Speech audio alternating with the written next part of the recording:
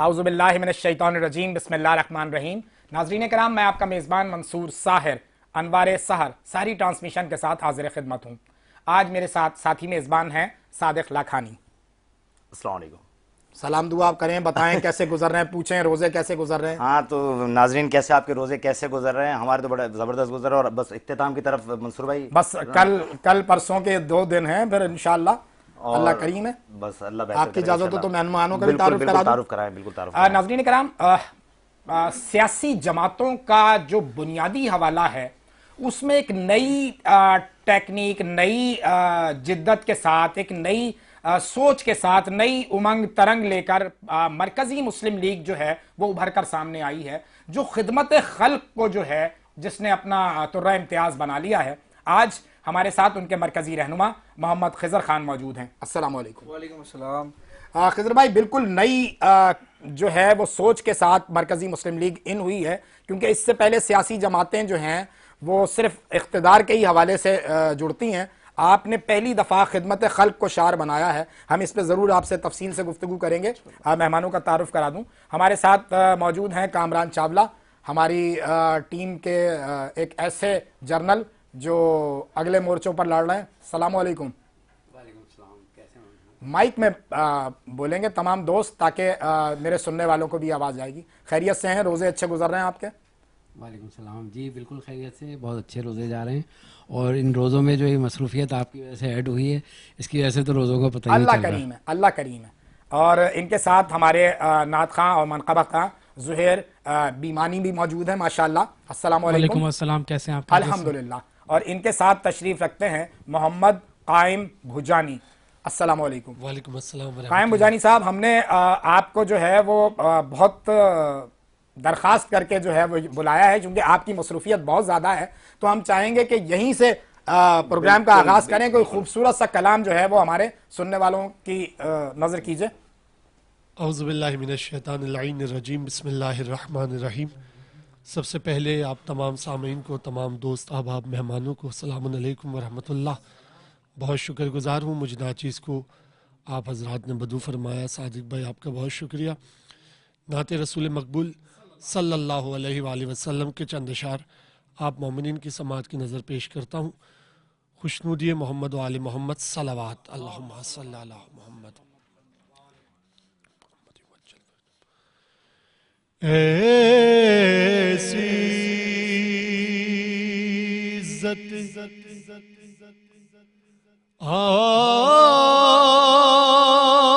आपने पाई कि बस या मोहम्मद ऐसी इज़्ज़त आपने पाई कि बस की शबे असरा खुदा ने वो पजीराई के बस या मोहम्मद एक पल में मुस्तफा को अर्श पर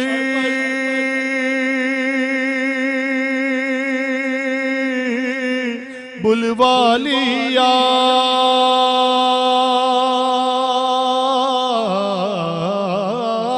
एक पल में मुस्तफा को अपने घर बुलवा लिया। अपने बंदे की खुदा को ऐसी याद आई कि बस या मोहम्मद। और और फिर ख्याल आया इलाही कैसी होगी जुल्फ़िकार। फिर ख्याल आया इलाही कैसी होगी जुल्फ़िकार। सामने आँखों के ऐसी बर्क लहराई के बस या मोहम्मद। और एक पैगाम है कि देख अभी वक्त है दामन नबी का थाम ले।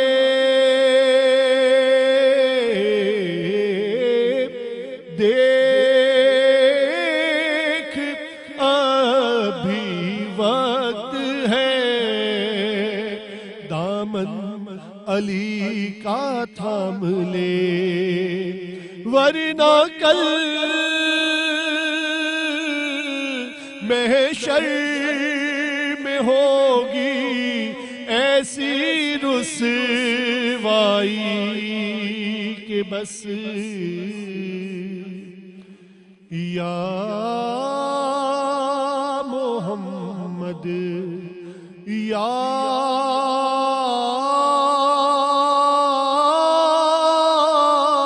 मोहम्मद या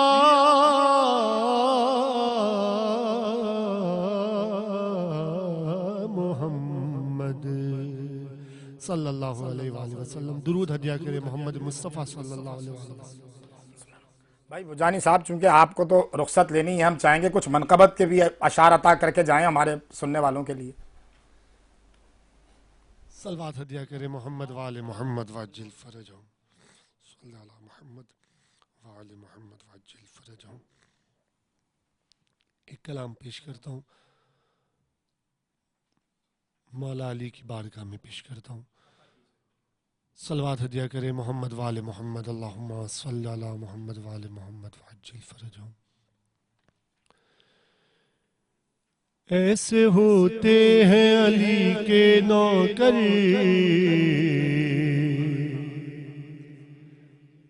ऐसे होते हैं अली के नौकर, ऐसे होते हैं अली के नौकर, ऐसे होते हैं अली के नौकर। देख कर मीसा मुसलमान को कहती है नजर, ऐसे होते हैं अली के नौकर।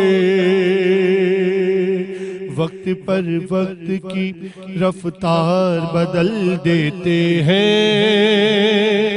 फितरते खंजर और तलवार बदल देते हैं। दार पर लहजाए गुफ्तार बदल देते हैं, ज़ेर खंजर भी सदा देते हैं हैदर हैदर। ऐसे होते हैं अली के नौकर। बात करने के लिए जब भी ज़बानें खोले, अपने किरदार को मीज़ान अमल पर तोले। लाख हम खुद को गुलामे दर हैदर बोले, बात जब है कि हमें देख के बोले हैदर। ऐसे होते हैं अली के नौकर। कसर बैत के सुतूनों को गिराने के लिए, अपना घर कल्बे पैगंबर में बनाने के लिए, जूतियां सिबते पैगंबर की उठाने के लिए, हुरने हंसते हुए दुनिया को लगा दी ठोकर। ऐसे होते हैं अली के नौकर, ऐसे होते हैं अली के नौकर, ऐसे होते हैं अली के नौकर। दुरूद पाक हदिया करे मोहम्मद वाले मोहम्मद। जज़ाकल्लाह जज़ाकल्लाह कायम भजानी साहब। आते हैं, हम अपनी गुफ्तगू का आगाज़ करेंगे खज़र खान साहब आपसे। जैसे कि मैंने आगाज़ में गुफ्तगू की कि जो सियासी जमातें हैं वो जो पाकिस्तान की 78 79 80 साल की तारीख़ है उसमें एक दूसरे पर इल्ज़ाम लगाती हैं कि वो चोर, वो लुटेरा, वो फलां, वो ढिमका, वो ये, उसने इतना लूट लिया, उसने मुल्क तबाह कर दिया, उसने ये कर दिया। इसके अलावा सियासी जमातों का और कोई बाकायदा हवाला नज़र नहीं आता। ये कौन सी जमात आप लेकर आ गए हैं? मरकज़ी मुस्लिम लीग के कायदीन कौन से रहनुमा हैं, कौन से लोग हैं जो अवाम की गुफ्तगू कर रहे हैं? ना सिर्फ गुफ्तगू कर रहे हैं बल्कि अवाम की फलाह बहबूद के लिए मुकम्मल और जामे प्लान लेकर आ गए। कुछ ज़रा सी वजाहत चाहूँगा। सबसे पहले तो शुक्रगुजार हूँ आपका मंसूर भाई कि आपने बुलाया, यहाँ पर दावत दी और यहाँ पर मौजूद हैं। हमारा ना एक मंशूर है, सियासी मंशूर है जिसके साथ हमने सियासत का आगाज़ किया और वो मंशूर है कि हमारी सियासत खिदमत इंसानियत। हम अगर बात करें ना, हमारा मेन पार्टी मैनिफेस्टो किया है तो वो सिर्फ़ और सिर्फ इसलिए कि पाकिस्तान के अंदर जो लोग हैं, जो आवाम है, उनकी खिदमत होनी चाहिए। हमें एक नई सियासी जमात बनाने की ज़रूरत भी इसीलिए पड़ी कि पाकिस्तान के अंदर एक निज़ाम जो लोगों को सहूलत देने का होना चाहिए था वो इस वक्त पाकिस्तान के अंदर मौजूद नहीं है। ये पूरा पाकिस्तान इस वक्त NGOs, ट्रस्ट, ऑर्गेनाइजेशंस के रहमो करम पर है और अगर उनकी तरफ से आवाम की कोई इमदाद हो जाती है तो हो जाती है, वरना अगर आप नीचे से लेकर ऊपर तक देख लें तो कोई इस तरह का सिस्टम मौजूद नहीं है कि आप आवाम को सहूलत फराम कर सकें। अभी आप बात कर रहे थे कि जी क्या लाए अमल लेकर आए, क्या इस वक्त की सूरत हाल है। इस वक्त की करंट में आपको सूरत हाल बताऊं, शहर के अंदर सहरी और अफ्तारी के 450 से ज्यादा दस्तरखान लगे हैं, जिसके अंदर सिर्फ हमारा मकसद नहीं है कि हम सड़कों पर बिठाकर लोगों को सहरी करवाएं, बल्कि सुबह के वक्त जब सहरी का वक्त करीब होता है तो मैं आपको सिर्फ एक पॉइंट की आपको मैं वजाहत देता चलूँ। किमाड़ी के अंदर मेन जेटी के ऊपर सहरी बनती है, कश्तियों के जरिए हमारे कारकुनान भिट आइलैंड, बाबा आइलैंड पहुंचते हैं और सुबह सहरी से पहले कम से कम उन आइलैंड्स के ऊपर जो मौजूद 150 से 200 घराने वहां पर मौजूद हैं जिनके पास किल्लत है, चीज़ों की चीज़ें पूरी नहीं है, वहाँ पर सहरी पहुंचाई जाती है। ये सूरत हाल पूरी शहर की है कि हमने सिर्फ सहरी सड़कों पर नहीं बिठाकर खिला रहे बल्कि होम डिलीवरी सर्विसेज हमने स्टार्ट कर दी हैं कि जनाब अगर आपको घर में ज़रूरत है, आपके घर पर सहरी करने के लिए कोई चीज़ मौजूद नहीं है, हम इंशाल्लाह आपको पहुँचाएंगे। फिर दूसरी बात मैं करता चलूँ, यहीं पर हमने ना सिर्फ ये वाला मंसूर भाई से प्लान नहीं बनाया हुआ कि हम जो है ना वो किसी को दे देंगे, और हम नहीं चाहते कि लोगों के हाथ ना लेने वाले बने। हम चाहते हैं कि लोगों को हम उनके पांवों पर, उनके मुकम्मल तौर पर उस पर खड़ा करें कि भाई वो खुद अर्निंग करें। इसलिए पाकिस्तान मरकज़ी मुस्लिम लीग ने अपना रोज़गार सहूलत प्रोग्राम स्टार्ट किया है जिसके ज़रिए हम इस वक्त तक 1050 ख़ानदानों को बिला सूद कर्ज़ों पर आसान एक साथ के ऊपर बाइक्स, रक्शे, चीज़ें सारा कुछ प्रोवाइड कर चुके हैं। अल्हम्दुलिल्लाह 1 रुपये की सूद नहीं है और मुकम्मल तौर पर उनको रिलीफ दे रहे हैं। हमारा उन पर कोई एहसान नहीं है, हम लोगों को सिर्फ उनके पैरों पर खड़ा कर रहे हैं ताकि वो आगे बढ़कर काम कर सकें। लोगों को पैरों पे खड़ा कर देंगे, खुद मुख्तार बना देंगे आवाम को, तो फिर सियासी जमातें तो फिर क्या करेंगी सियासी जमातें? सर यही तो मसला है, जब तो हम मैदान अमल में है। अगर बाकी सियासी जमातें काम कर रही होती तो शायद हमें आज इस मैदान में आने की जरूरत नहीं पड़ती। आज इस मैदान में इसलिए आए ताकि लोगों की खिदमत कर सकें। बिल्कुल ठीक है चावला साहब, बहुत अच्छी गुफ्तगू जो है इस नौजवान मोहम्मद खज़र खान ने की है और ये बताया है कि अगर आप करने वाले बने तो प्लेटफॉर्म कहीं कोई भी हो, आप मछली जो है खिलाते रहेंगे वो खाते रहेंगे। क्यों नहीं पकड़ना सिखाते हैं? तो ये पकड़ना सिखा रहे हैं। इसी तरह जैसे हमने एक छोटी सी नेकी करने की कोशिश की, अपने हिस्से का दिया जलाया, लेकिन ये जो इस तरह के जो नौजवान हैं जो एक नई सोच के साथ मरकजी मुस्लिम लीग को सामने लेकर आए हैं, क्या कहते हैं, क्या समझते हैं कि इस नौजवान क़याद से कितनी उम्मीद वाबस्ता की जाए? मंसूर भाई, सबसे पहली बात ये जो माशरती मसाइल चल रहे हैं और जो मुल्क व कौम या माशरे को दरपेश है मसाइल, उसमें ग्रास रूट प्रॉब्लम्स का अहाता बहुत ज़रूरी है और ये मेरे नौजवान दोस्त और इनकी जो जमात है इस हवाले से बहुत मौसर अंदाज में ये कर रहे हैं और मुझे उम्मीद है कि बाकी लोग भी इनकी तकलीद करते हुए सिर्फ मतलब सीटों और पराडों के पीछे नहीं जाएंगे कुछ पब्लिक के भी गमों का अहाता करेंगे। भाई 80 साल गुजर गए, जो 27वीं शब गुजरी है कल, उसमें 80 बरस पूरे हो गए हैं। तो भाई कहां जाएंगे? कुछ ना कुछ कोई देखें, आसमान, वो किसी का शेर मुझे याद आता है, कहा कि वो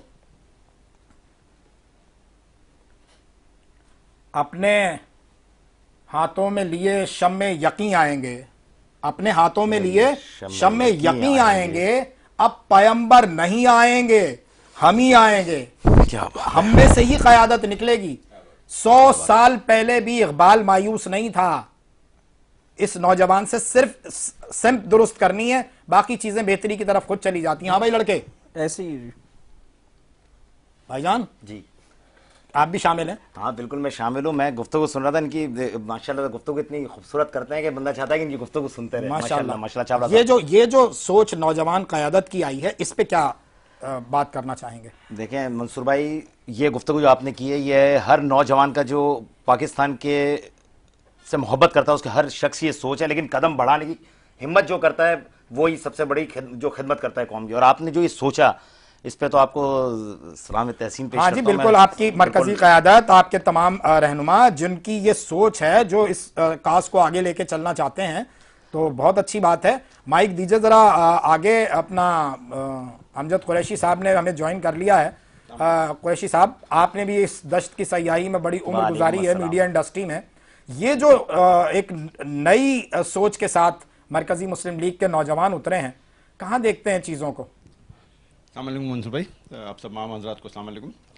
सर, ये जो सोच है, असल में तो हमारी सियासी जमातों का मैनिफेस्टो ये ही होना चाहिए, अवाम की खिदमत, और ज़बानी कलामी है भी। बिल्कुल ज़बानी कलामी है। मरकज़ी मुस्लिम लीग, ये मेरे बड़े अच्छे दोस्तों में से हैं खिज़र। मैं कल इनके पास गया था मुलाकात करने, और मैंने अपने चश्मदीद अपनी आंखों से देखा कि वहाँ रक्शे खड़े हुए थे, वहाँ मोटरसाइकिलें खड़ी हुई थी 0 मीटर की, वहाँ पे ठेले खड़े हुए थे, वहाँ पे बर्गर्स का, चिप्स के तमाम जो स्टैंड। बस वो फोटो सेशन कराएंगे, उसके बाद फिर वो भेज देंगे। नहीं, हाँ, वो सरकार तो ऐसी करती है। सरकार ऐसा करती है, लेकिन इन्होंने बाकायदा, मैंने इनका पूरा मैं विजिट कर आया हूँ। इनका बाकायदा जो रूम्स बने हुए अलग अलग हैं, चाहे मीडिया रूम्स अलग है, इनका रिसर्च रूम अलग है, इनका रजिस्ट्रेशन रूम अलग है, तमाम इन्होंने मुझे खज़र ने कल विजिट कराया। बहुत खुशी हुई इंतहा कि आप यकीन करें कि वो मैंने कहते हैं ना फिल्बदी, मतलब अपनी आंखों से देखा, जिंदा जावेद सलामत किसी ये चश्मदीद गवाह हो गए आप। चश्मदीद गवाह हो गया। तो मैं खराज तहसीन पेश करता हूँ, और इसीलिए मैंने खज़र को आज दावत भी दी कि यार हमारे प्रोग्राम में, इसीलिए खज़र आज हमारे पास बैठे में हैं कि हम भी उसमें सहूलतकार हो जाएं। बिल्कुल,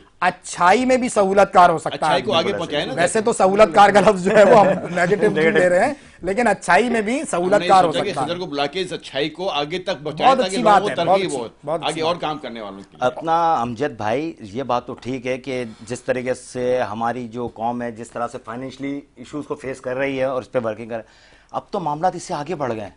मंसूर भाई देखें, जैसे खास तौर पे मैं नाज़रीन से भी कह रहा हूँ, आप लोगों से भी गुफ्तगू कर रहा हूँ कि जिस तरह से कराची के वैसे ही अवाम जो है वो जिंदा लाशों की तरह तो रहते हैं कराची में, ठीक है। जैसे आप जानते हैं यहाँ पर बिजली का मामला अपनी जगह, फिर सुई गैस के मामला, उसके बिजली के बिल, ये मामला अलग, फिर स्ट्रीट क्राइम, इसको लेकर हम अपनी परेशान, फिर अच्छा इसको फिर हम लोगों ने क्या कर लिया कि हम पर ये हम आदी हो गए। मतलब ये तो बस ये तो हमारा हक है भाई। हाँ, मुश्किलें इतनी पड़ी मुझ पर के आसान हो गई, तो बस ये तो हमारी जिम्मेदारी के मोबाइल लेना आता तो घर पे वालदा भी कहती है घर से बेटा निकलना तो मांगने तो दे देना बेटा उनको, मतलब उनका हक है ये मांगना और हमने दे देना।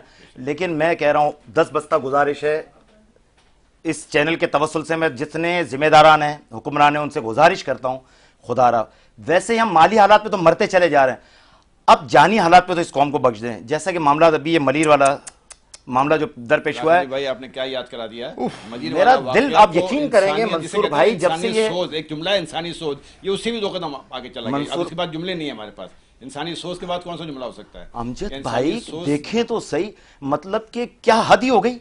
मतलब मैं यही कहूंगा, वैसे ये कौम मरी हुई है, माली हालात पे तो मरी हुई थी, अब कम से कम इस कौम के ऊपर जानी हालात पे तो 11 बजे से लेके फलां वक्त तक टैंकर नहीं आएगा, हैवी ट्रैफिक नहीं आएगा, कुछ अब मामला दरामद हो रहा है, कुछ भी नहीं हो रहा। अच्छा मंसूर आप इस पे कुछ रोशनी डालें, ये ड्राइवर ये मुसलसल सुनवाई नहीं हो रही। अमजद भाई प्रॉब्लम पता है कहां है? ये मामला तो है मंसूर भाई, लोग जब भी कोई इशू, जब भी कोई अवामी इशू होता है ना, तो उसको डिस्पर्स करने के लिए लोग लिसानी रंग देने की कोशिश करते हैं कि ड्राइवर फला जबान बोलता था, मरने वाला फला जबान बोलता था। ऐसा बिल्कुल नहीं है। जो मर रहा है वो मजलूम है, जो मार रहा है वो जालिम है, वो जालिम है। उनकी कोई कौमियत नहीं है, कोई पहचान नहीं है। कोई पहचान नहीं है। अच्छा मंसूर भाई और अपना अमजद, मैं ये समझता हूं इस बात को कि इत्तेफाक भी हो सकता है, लेकिन ये तसलसल के साथ होना, ये इत्तेफाक समझ नहीं आ रहा। अपना अमजद भाई इस पे क्या कहेंगे आप? रहनी भाई देखें, कुछ कसूर मोटरसाइकिल बाइक वालों का भी बिल्कुल ऐसे, मैं भी ये कहना चाह रहा था कि अक्सर जो है बड़ी गाड़ी वाला बेचारा जो है सारा वो कसूर, हाँ। जालिम कहलाता है कि साइकिल बड़ी वाले गाड़ी को है। अगर बाइक वाला मार दे तो बाइक वाला जालिम, बाइक भाईजान वाले को गाड़ी भाईजान वाला मसला मार दे। ये है, मसला ये है, इंतहाई अदब के साथ, एहतराम के साथ अमजद कुरैशी साहब, जितने भी वाकयात हुए हैं ये टैंकर्स के साथ टकराने के 95% वाकयात वो हैं जिनमें टैंकर अलाउ नहीं है उस टाइम। ऐसे ही है, ऐसे ही, ठीक कह रहे हैं, ऐसे ठीक भी कह रहे हुआ, हैं। लेकिन बिल्कुल, मंसूर भाई मेरे ट्रांसपोर्टर से वास्ता रहता है तो वो कहते हैं आप यकीन करेंगे, मैं कहता हूँ यार भाई आपसे तो फोन पे बात करते हुए डर लगता है, क्योंकि आजकल हालात ऐसे नहीं, कोई आप हमें भी कहीं कह रहे नहीं कैसी बात कर रहे हैं, हम तो बाइक वालों से डर के चलते हैं, ये बाइक वाले कहां से आ जाते हैं हमें नजर नहीं आते। भाई दिन का मामला है, ऐसा बहरहाल। भी है, ऐसे ही, लेकिन ये ऐसे ही। तसलसल के साथ जो हो रहा है ना, इसके ऊपर जो है खिजर भाई क्या समझते हैं, ये क्या देख रहे हैं आप, किस तरह, क्योंकि सियासी जमातें तो सियासी दुकानदारी चमकाने के लिए इशू ऐसे। बनाती हैं, आप क्या समझते हैं कि ये किस तरह इसको मैनेज किया जा सकता है? मंसूर भाई इसके अंदर 3 चीज़ें हमने की हैं। सबसे पहली सियासी जमातें अल्हम्दुलिल्लाह कराची की, जिसने वाज़ेह तौर पर फ्रंट फुट पर आकर हमने शहर के अंदर एहतजाज किया। पहली चीज़, जब उस वक्त तक कोई डंपर माफिया का लफ्ज़ इस्तेमाल नहीं कर रहा था, हमने डंपर गर्दी का लफ्ज़ इस्तेमाल कर कर हम सड़कों पर निकले और हमने आके एहतजाज किया। उसके बाद हमने एहतजाज तक नहीं रोकी है, हमारा काम फ़ोटो सेशन करने का नहीं है। उसके बाद हमने इस मसले को हल करने के लिए कराची भर की तमाम सियासी जमातों को, इवन ये कि डंपर एसोसिएशन को हमने एक जगह पर बिठाया, एक जगह पर बिठाकर हमने एक एलामिया बनाया। एलामिया को हमने, हमारे क़यादत ने उसके लेटर, उसकी सारी चीज़ें कि क्या क्या आपको यहाँ पर इस शहर के अंदर बेहतरी के इकदाम करने होंगे, उसका एक ख़त हमने वज़ीर आज़म साहब को भेजा है, एक ख़त गवर्नर साहब को भेजा है, एक ख़त हमने सदर साहब को भेजा है। अल्हम्दुलिल्लाह कानूनी तौर पर भी हमने काम करना शुरू किया है। तीसरी चीज़, अभी मलीर की बात हो रही थी, पाकिस्तान मरकज़ी मुस्लिम लीग की टीम सबसे पहले उस घर पर पहुंची है, वहाँ पर हमने ताज़ियत की, हम मजम्मत करते हैं हर इस किस्म के वाक़ये की। और अगली चीज़ मैं आपके चैनल की तवज्जुह से, आपकी ट्रांसमिशन की तवज्जुह से ऐलान करता हूँ कि कराची के अंदर किसी भी ख़ानदान के साथ ये वाक़या और हादसा हो, और अगर वो अदालती मामले से डरते हैं, हमारी कहीं सपोर्ट चाहते हैं, तो free of cost legal advocacy, legal team हम उनको देंगे इंशाल्लाह, उनका मुकदमा हम लड़ेंगे, हम उनके साथ खड़े हैं। खिजर भाई आपने बहुत अच्छी बात की, ये आपका सामने कैमरा है, मैं चाहूंगा इस कैमरे में अवाम को मुखातिब करके आप कहें कि ये सारी सूरत हाल में अगर उनको लीगल चाहिए, एडवाइस चाहिए, लीगल मावना चाहिए, तो मरकजी मुस्लिम लीग हाजिर है। ये आपका कैमरा है सर जी। हमारे जो कराची डिवीज़न के सदर अहमद नदीम अवान साहब, वो अपनी गुफ्तगू में भी कह चुके हैं, और मैं उनका नुमाइंदा इस वक्त K21 चैनल से ऐलान करता हूं कि इंशाल्लाह किसी भी इस शहर के शहरी को इस मामले में कि डंपर के जरिए हादसा हुआ है, कोई भी इस तरह की सूरत हाल के अंदर हमारी कोई कानूनी मावनत चाहिए, हमारी लीगल टीम आपके साथ खड़ी है। FIR से लेकर अदालती मामला तक हम इंशाल्लाह आपकी फ्री ऑफ कॉस्ट असिस्टेंस करेंगे और आपको मुकम्मल तौर पर इंसाफ दिलवाएंगे। कराची का आपका मरकजी ऑफिस कहाँ है, जरा वो भी वजाहत हमारा करें। मरकजी ऑफिस शारे फैसल PCS ब्लॉक 6 के अंदर मौजूद है। इंशाल्लाह हमारी टीम आपके लिए हाजिर है।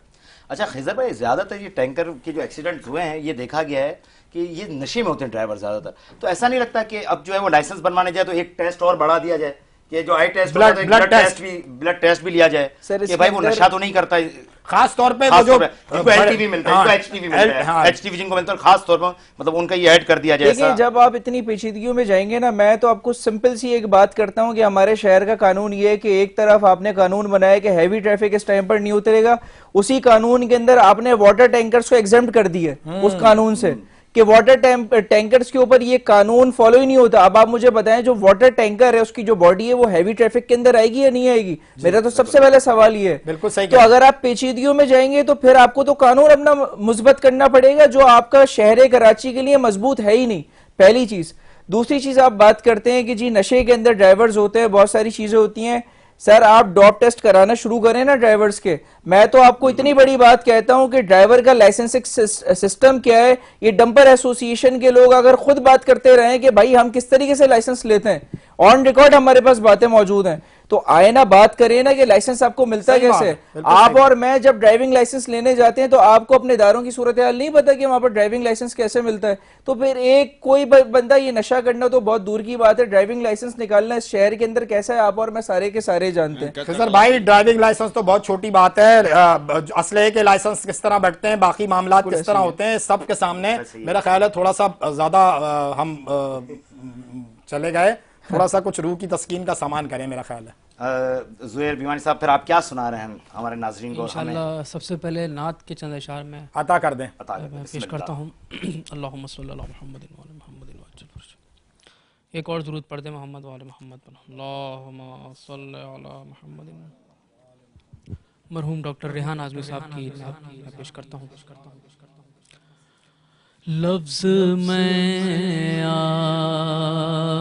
आपके शायान कहाँ से लाऊं,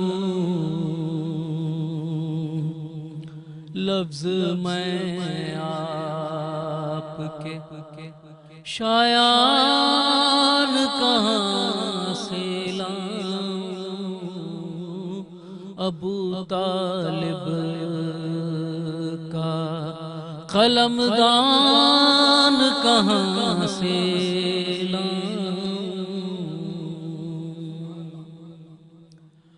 लोग कहते हैं करूं आपकी मिदगत आका, और मैं लहजे कुरान कहाँ से लाऊं, और मैं लहजे कुरान कहाँ से लाऊं, आपके हुक्म को जो हुक्म खुदा मानते थे, आज मैं ऐसे मुसलमान कहाँ से लाऊं,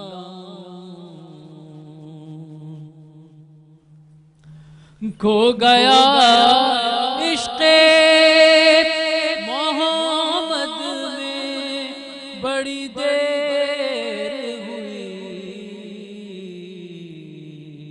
अपना दिल ढूंढ के रेहान कहाँ से लाऊं, अपना दिल ढूंढ के रेहान कहाँ से लाऊं, लफ्ज़ मैं आपके शायान कहाँ से लाऊं। ये तो मैं चाहूंगा मनकबत के भी हो जाए। हाँ, मतलब फिर वक्फे के बाद कौन जीता है तेरी जुल्फ के सर होने तक। बिस्मिल्लाह। बिस्मिल्लाह जुहैर भाई, बिस्मिल्लाह। कलाम मौला हुसैन अलैहिस्सलाम की शान में पेश अता कीजिए, अता एक और सलवात पढ़ दे मोहम्मद वाले मोहम्मद सल्लल्लाहु अलैहि वसल्लम। हर एक काम खुदा का हुसैन जानते हैं, हर एक काम खुदा का हुसैन जानते हैं, खुदा का खुद है ये कहना, हुसैन जानते हैं,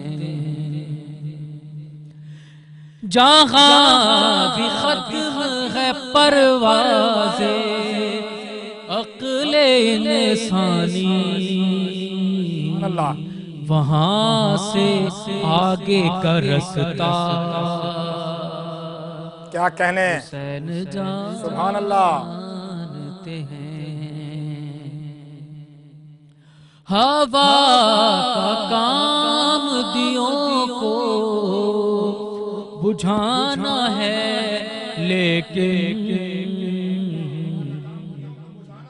हवा का काम दियों को बुझाना है, लेकिन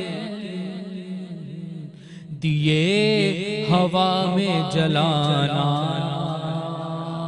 हुसैन जानते हैं, ज़बां से लाख कहे जा या हुसैन मगर जो हाल है दिल का हुसैन जानते हैं। मख्ताब के समातों को हदिया। बड़ा शरफ है के सारे जमाने वाले सुहैल मुझे भी शायर मौला हुसैन जानते हैं। सुभान अल्लाह, सुभान अल्लाह, सुभान अल्लाह। ब्रेक का टाइम होने वाला है। लेकिन उससे पहले ब्रेक से पहले अपना अमजद भाई से मैं कह रहा था कि गुफ्तगू करना चाह रहे थे।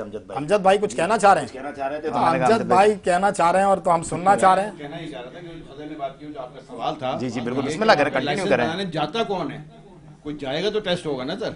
मतलब घर बैठे आ जाता है? नहीं आते ही नहीं है, विदाउट लाइसेंस है सर। अच्छा, विदाउट लाइसेंस है। इस शहर में 60% लोग, मुझ समेत शायद 60% लोग विदाउट लाइसेंस गाड़ियां चलाते हैं। 15-15, 14-14 साल की उम्र में, 20-20 साल की उम्र में। वो लाइसेंस लेने जाएगा तो बात बनेगी ना, तो टेस्ट होगा मंसूर भाई, मतलब हम माली तौर पे भी मरते रहेंगे और जानी तौर पे भी मरते रहेंगे। मतलब यही हो गया हमारे साथ। मतलब कोई हमारा पुरसान हाल नहीं है। नहीं, क्यों, ऐसा क्या है? कराची में तो लाइसेंस बनाना बहुत जरूरी है और हर ब्रांचेस भी हैं, तो आप क्यों नहीं जाते हैं लाइसेंस बनवाने? बेशक जरूरी भी है और ब्रांचेस भी हैं, सहूलियात भी हैं। और अब तो ऑनलाइन काम हो रहा है। हाँ, ऑनलाइन हो रहा है, लेकिन आप देखें चिंची हुए हैं 15-15, 14-14 साल के, 12-12 साल के लड़के चिंची चला रहे हैं। ट्रक ड्राइवर अभी जो पिछले दिनों हादसा हुआ मजीद से पहले वाला, वो 18 साल का ड्राइवर। ये आपने अच्छा सवाल उठाया। ये मैं आ जाऊंगा सियासतदान पे भाई। बिल्कुल। मैं खिजर भाई से जानना ये चाय पानी जो रमजान में नाम दे दिया जाता है। हमारा सबसे बड़ा मसला ये है कि सूबे पर कच्चे और पक्के दोनों के डाकू काबिज हैं। बात की है। हम सिर्फ मसाइल में ये शिकार हैं कि कच्चे के डाकू मार रहे हैं या तो हमें पक्के के डाकू भी मार रहे हैं ना। इदारों में किसके लोग बैठे हैं? लाइसेंस ऑफिसर्स किसके लोग बैठे हैं? हुकूमती इदारों में, विफाकी इदारों में, सूबाई इदारों में पक्के के डाकू ही तो बैठे हुए हैं। तो जब ये डाकू बैठे हुए और ये सारे केसेस हमारे सामने आते हैं कि जी कम उम्र बच्चे गाड़ियां चला रहे हैं, हैवी ट्रैफिक जो है उनके ड्राइवर्स के पास लाइसेंसिंग नहीं है, सीधी सी बात है ना, करप्शन है। हमें इस मुल्क के अंदर जब तक करप्शन का बीज हम खत्म नहीं करेंगे उस वक्त तक ये मुल्क तरक्की नहीं कर सकता। आप किसी भी मसले के पीछे चले जाएं तो वहां पर आपको करप्शन मिलेगी। तो इसी के खिलाफ हम निकले, इंशाल्लाह करप्शन का खात्मा होगा तो ये मुल्क आगे बढ़ सकता है। क्या सोच है, कैसे बेहतर करेंगे?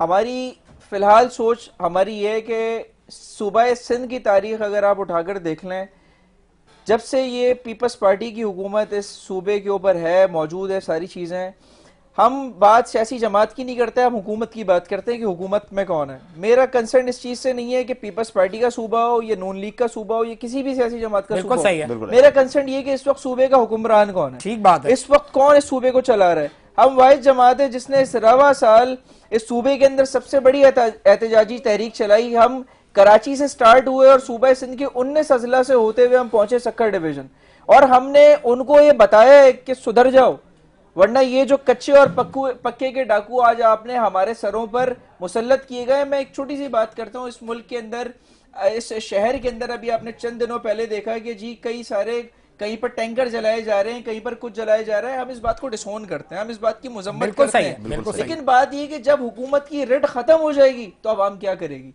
असल सवाल यहाँ पर ये खड़ा होता है।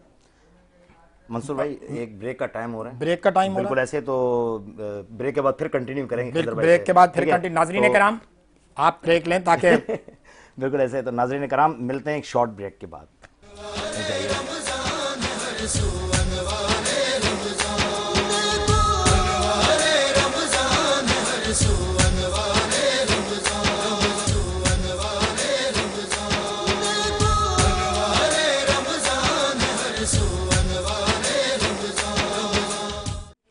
अस्सलाम वालेकुम नाज़रीन, के जैसे कि हम ब्रेक से वापस आ गए, मैं हूं चौधरी उस्मान इफ्तिखार, आपका मेज़बान। तो जैसे कि आप देख रहे हैं आज खसूसी नशरियात और रमज़ान का एंड पे मरहा जा रहा है, तीसरा, जैसे कि अशरे में हम दाखिल थे, रहमत का जी कल जैसे हमने लैलतुल कद्र ढूंढने की कोशिश की और अल्लाह ताला का बड़ा करम रहा कि हमने यहाँ हमद की महफिल सजाई, नात की महफिल सजाई, मनक़बत की महफिल सजाई, अल्लाह ताला उसको कबूल फरमाए। जैसे नाजरीन आपके इल्म में है कि मेरे टीम मेंबर्स जो हैं वो मेरे साथ यहाँ पे मेज़बानी के फ़राइज़ सर अंजाम देते आए हैं, दे रहे हैं, और अगले 2 दिन मज़ीद आप कुछ चेहरे देखेंगे तो उनमें ही एक मेरे भाई, मेरे दोस्त उस्मान भी हैं। उस्मान, बात आप सुन रहे थे, गुफ्तगू हो रही है, जो भी इस वक्त मामला चल रहे हैं उसमें बिल्कुल नया एजेंडा लेकर मरकजी मुस्लिम लीग आई है, क्या पूछना चाहेंगे? सबसे पहले तो खिदर भाई से मैं आऊँगा। खिदर भाई, जैसे कि आप एक मंशूर लेके चल रहे हैं, बहुत अच्छी बात है। बहुत सारी सियासी पार्टियाँ वजूद में आई, कराची हमारे लिहाज से तो लावारिस है। हम बोलते एक झंडा ना, वो बोलते हम पर्चे के नीचे साए तले एक परचम के नीचे एक है, मगर हम यकसा नहीं है। अच्छा, हर पार्टी क्या कर रही है कि अपना मंजन बेचने में लगी हुई है। अब जैसे आपने कहा कि मलीर वाला वाकया, अच्छा ज़रूरी नहीं, अगर शरीयत में कई चीज़ों पे हम आते हैं कि हम ट्रक वाले का ही देखें कि इसकी गलती है। अच्छा, ये भी अब आप लेके आए, हजरत उमर जैसा कानून लेके आए। अच्छा, इस सब का निचोड़ क्या है? जैसे कि सर ने कहा कि लाइसेंस, अब कल एक शारा फैसल पे वाकया हुआ है, 2 दिन पहले 17 साल का नौजवान था, मलीर से आ रहे थे एयरपोर्ट से रेस लगाते हुए, एक गाड़ी को हिट किया, दूसरी अफ्तारी कर रही थी रोड पे खड़े होके, हस्बैंड वाइफ, उनको उड़ा दिया, वो बेचारे ऑन द स्पॉट डेथ। 3 लड़के थे, वो ऑन द स्पॉट गाड़ी से उतरे, भाग गए। लड़का भी भाग रहा था और क्या हुआ कि टायर ब्रस्ट होने की वजह से वो पकड़ लिया उसको। अब आप ये थे कि गाड़ी भी किसी की, लाइसेंस भी नहीं। सबसे पहले घर से आपकी शुरू होता है। आप अगर देखें, हम लोग दीन से दूर है, सीधी बात है। कुरान रमजान में नाजिल हुआ, मोहम्मद सल्लल्लाहु अलैहि वसल्लम वो है जिनके ऊपर कुरान नाजिल हुआ। सबसे पहले अली वो हैं जिनका एहतराम काबा करे। फिर आपका हजरत फातिमा ऐसी है जिनका इस्तकबाल नबियों का सरदार करे, सुभान अल्लाह। हसन वो हैं जिनका आपको पता है कि हम जितनी भी बात करें कि कम है। हुसैन वो है जो सर कटवा के भी तालीम सारे आम करें। अल्लाह अकबर। तो ये बहुत सारी चीजें हम बोलते रहेंगे, जमातें उठती रहेंगी, धरने देते रहेंगे। हमें वो बोलते हैं मुट्ठी बंद है, लाख की खुल गई खाक की है। अब ये हम धरने देते रहते। अच्छा, मसला क्या है? सब अपना, आपको पता, जैसे इस्लामाबाद में सबसे पहले, मैं जमातों का नाम नहीं लूंगा, डी चौक पे धरने दिए। कुछ पार्टियां जो दोहरी शोरिया रखते, बाहर से आई, 14 दिन धरना, 15 दिन लोगों की शादियां हुई, डांस पार्टियां हुई, मर्डर भी हुए, बहुत सारे मसले मसाइल। हुआ क्या? आपकी मैशत तबाह कर दी गई। 15-20 दिन बाद क्या हुआ? धरना उठा, आपका अंदर दी टेबल बात हुई, पैसों का लेन देन, कोई डॉलर में बिका, कोई पाउंड में बिका। हमारे यहाँ मसला ये है। अब मैं कहूंगा सलूट है हमारी गवर्नमेंट को भी, मगर पंजाब हम सबके सामने डेवलपमेंट हो रहा है। हाँ, बिल्कुल अहम बात कर रहे हैं उस्मान भाई। और जो इन्होंने नुक्ता उठाया ना उस्मान ने, कि जो वो आप बटे हुए हैं ना, जिस तरह आपने मोहम्मद और आले मोहम्मद की जो है वो हाँ वो छोड़ दिया है। वो मुझे याद आता है खिजर मियाँ, किया तूने सहरा नशीनों को यकता, खबर में नजर में अजान सहर में। बात यह है कि जब तक मुसलमानों में खास तौर पे ये जो लिसानी इकाइयों में बांटने की कोशिश की गई है ना, उस्मान ने यही वजाहत करने की कोशिश की है कि भाई जब तक एक नहीं होंगे मसाइल कैसे हल होंगे अवाम के। जी देखिए, इस वक्त सबसे बड़ा शहर का मसला ये है कि हमें रंगो नस्ल के अंदर बांट दिया गया, और सबसे बड़ा मसला है कि रंगो नस्ल पहले इस शहर के अंदर जब ये काम ख़त्म हो जाता है कि जी फ़िक़े की बुनियाद पर लोग नहीं लड़ पाते, तो उसके बाद फिर उनको कौमियत की बुनियाद पर बांटने की कोशिश की जाती है। इतने बड़े बड़े मसाइल इस शहर के अंदर उठे। अच्छा जी, रोड एक्सीडेंट्स हैं, चीज़ें हैं, अब आप देखें उसका हल निकलना चाहिए था, उस मसले को हल की तरफ जाना चाहिए था, लेकिन इस शहर के अंदर उसका रिएक्शन क्या आता है कि जी मरने वाला कराची वाला और उसके ऊपर जो ट्रक चढ़ाया गया है वो दूसरे शहर से आया है। भाई जब तक हम इस गुफ्तगू से बाहर नहीं निकलेंगे, हम बाहसियत कौम मुत्तहद नहीं होंगे, हम अपने मसलों का हल नहीं निकाल सकते। इधर भाई यहाँ पे इंटरप्ट करूंगा आपकी बात। सबसे पहला सबसे ज्यादा निचोड़ पता है किसका? जैसे आप लोग कहते हैं कि टाइम बंद कर दिया गया है टैंकर का और वो रोडों पे आ जाते हैं। मैं 7 बजे ऑफिस से वापस आ रहा था लेट नाइट, 3 डंपर खड़े हुए थे अख्तर कॉलोनी वाले रोड के ऊपर, डिफेंस, पैसे लिए दिए जाके छोड़ा जा रहा था। सबसे पहले आप डंपर वाले ने कुचल दिया, उससे नादहानी के अंदर एक्सीडेंट हो गया। आप लटकाएं, जब तक लटका सऊदीया वाला कानून करे ना, बाहर की कंट्रीज के अंदर आपका इतना कानून सख्त क्यों है? वहां पे हर शहरी जाके डरता है। जापान में आप देखें, हमारे यहाँ सबसे बड़ा मसला क्या है? बिजली, पानी, गैस। जापान में स्टूडेंट जो बंदे वहां रहते हैं, स्टूडेंट में उनको बिजली फ्री है। इंडिया कोयला से जनरेट कर रहा है, सऊदीया डीजल से बना रहा है, सिंगापुर में इतनी बारिश होगी 1 मिनट की बिजली नहीं जाएगी। हमारे यहाँ साला सर पावर प्रोजेक्ट 15 साल से पूरा ही नहीं होके दे रहा है। सोलर आता है, हर मिनिस्ट्री आती है, वो सबसे पहले अगर आप पानी पे चलने वाली गाड़ी इंट्रोड्यूस करवा रहे हैं तो सबसे पहले आपके मशीर बोलेंगे अंडर द टेबल हमारा क्या है। आपके 5,362,000 बंदे 5 साल के अंदर बिजनेसमैन टाइकून बाहर जा चुके हैं, टका हमारे से ऊपर है। मैं 2015 के अंदर मलेशिया के अंदर था, इतनी बारिश होती 1 मिनट की बिजली नहीं आ रही। वहां असल में हमारे पास डिसिप्लिन नहीं है। जितना टैक्स किधर भाई हम लोग दे रहे हैं उतनी हमें फैसिलिटी नहीं है। हमें कोई मेडिकल की फैसिलिटी नहीं है, स्कूलों की फैसिलिटी नहीं है। आप अभी अपने बच्चे को कॉलेज स्कूल में पढ़ाने जाए 18-18, 20-20 लाख सालाना फीसिस है। आप वकील बनाने जाए तो आप टैक्स, अच्छा पैसे से भी हमारे ये, फिर आप किसी मिनिस्टर से सिर्फ मिलने चले हैं, वो आपको 10 घंटे बाहर बिठाएगा, आपसे मिलेगा नहीं। ऐसा ही है। क्या क्या चाहते हैं, मतलब सरकार बदल दी जाए? सरकार बदलना अगर इतना आसान होता तो अब 80 साल में बदल चुके होते। ये नई सोच के साथ आए हैं। ये नई सोच क्या, कैसे आगे, अब सियासी सफर पे बात करते हैं। थोड़ा सा हमें मौका मिल गया है, चूंकि वो गुफ्तगू हमारे भाई उस्मान ने, चूंकि ये यकीनन दिल जला हुआ है ना आदमी का, वो कराची का शहरी, वो कोई भी जबान बोलता है खजर मियां, वो चाहे सिंधी बोलता हो, पंजाबी बोलता हो, बलोची बोलता हो, उर्दू बोलता हो, पश्तो बोलता हो, उसका दिल कराची के मामले में धड़कता भी है और वो बोलता भी है जैसे उस्मान आपसे बात कर रहा है। क्या नई सोच लेकर आए हैं, कैसे सियासी कदम आगे बढ़ेगा?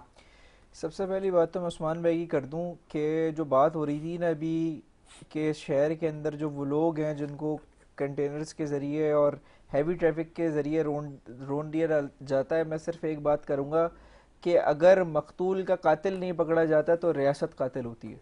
एग्जैक्टली ऐसा ही। और हाकिम इस वक्त का कौन है, कौन इस रियासत को चला रहा है, ये आपको सोचना पड़ेगा कि कौन लोग इन कुर्सियों पर बैठे हुए हैं, कौन सी सियासी जमातें इन कुर्सियों पर कब्जा जमा कर बैठी हुई हैं। और इस वक्त हमारी जो इंतज़ामिया है, आप शहरी इंतज़ामिया उठा लें या सूबाई इंतज़ामिया उठा लें, वो किसके मातहत है। एक सवाल तो मैं ये करता हूँ, आपको खुद पता चल जाए कि कड़ियाँ कहाँ तक पहुँच रही हैं, किन के ज़ेर साया सारी चीज़ें मौजूद हैं। दूसरी आपने बात की कि हम ये बात करते रहे ना कि मसाइल मसाइल मसाइल, अभी तो जनाब ये सिर्फ एक मसला है कि आपके सामने ये ट्रैफिक हादसा और चीज़ों के ऊपर मैंने अपनी पॉलिसी, बिल्कुल ऐसे ही है। पाकिस्तान मरकजी मुस्लिम लीग ने अपनी पॉलिसी बयान की कि हम लोगों के साथ किस तरीके से खड़े हैं, हमने जो अपना ताउन है वो किस तरीके से लोगों के साथ पेश किया। अभी अगली बात देखते हैं, इस वक्त सबसे ज्यादा ना उस्मान भाई इस शहर का मसला बेरोजगारी, ठीक है जी।